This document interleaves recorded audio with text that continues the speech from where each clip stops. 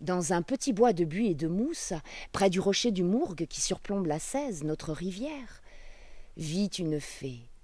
Son nom est Pernille. Elle vit dans la fraîcheur d'une des nombreuses grottes qui bordent notre rivière. Elle habite sur le plateau depuis si longtemps que plus personne ne sait son âge. Bien sûr, pour une fée, le temps n'a pas d'emprise. Mais ces dernières années, Pernille trouve un peu le temps long, elle s'ennuie et se languit de nouvelles aventures.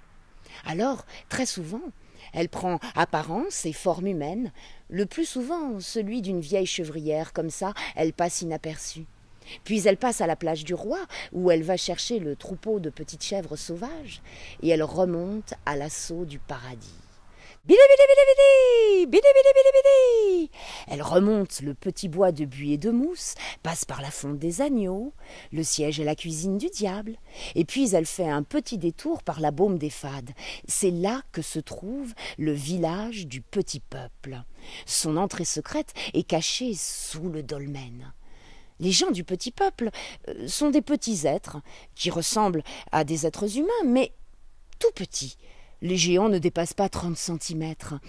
Ils sont très accueillants, gentils, festifs, et ils aiment beaucoup la compagnie de Pernille, qui leur donne souvent de très bons conseils. Aujourd'hui, Pernille prend avec eux une collation, une boisson fraîche, puis elle s'en va et continue son chemin.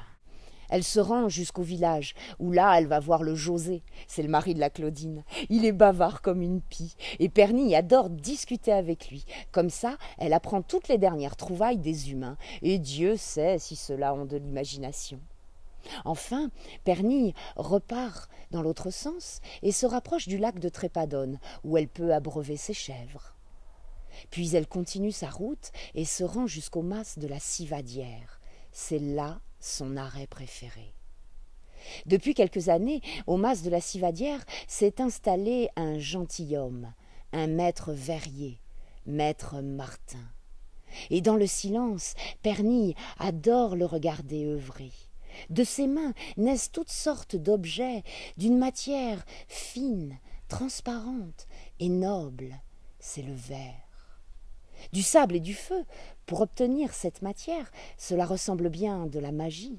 Forcément, c'est du goût de la fée. Lorsque la journée est terminée, maître Martin et Pernille sortent de l'atelier. Ils vont se poser tous les deux, le dos au mur qui a chauffé toute la journée au soleil. Et là, ils devisent tranquillement. Maître Martin apprécie la compagnie de la fée, même si pour lui ce n'est qu'une vieille chevrière. Il faut dire que depuis des années, il vit seul. Maître Martin est veuf. Il a bien un fils, Guillaume, mais celui-ci, après avoir appris le métier des mains de son père, est parti pour son tour de France, afin de parfaire ses connaissances. Et cela fait bien longtemps maintenant que Maître Martin est tout seul à la Civadière. Un beau soir d'été, alors que Pernille avait rendu visite à Maître Martin et qu'ils étaient là, tous les deux, à deviser, le soleil allant se coucher, il était l'heure pour Pernille de prendre congé. « Pour ne point me perdre dans la nuit et ne point me faire manger par les loups, dit-elle en prenant un fort accent pour mieux cacher sa noblesse. Mais alors qu'elle allait prendre congé, elle voit là-bas, au bout du chemin, une ombre qui s'approche. Un homme qui marche d'un pas sûr, grand, bien bâti, l'air élégant. Pernille, doucement, le regarde approcher et sent un sentiment étrange qui la submerge.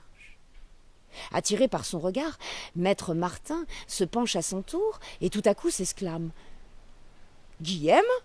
Guillaume, mon fils ? Oh, c'est pas vrai, tu es de retour. Oh, comme tu es beau, comme tu es bien bâti. Oh, Pernille, tu le reconnais ? C'est Guillaume, c'est mon fils. Oh, pour sûr que non. Si vous me l'aviez point dit, je ne l'aurais point reconnu. » Mais en vérité, Pernille avait tout à fait reconnu le jeune homme, qui, sous ses boucles blondes, avait un regard si vif qu'il laissait présager une âme presque divine.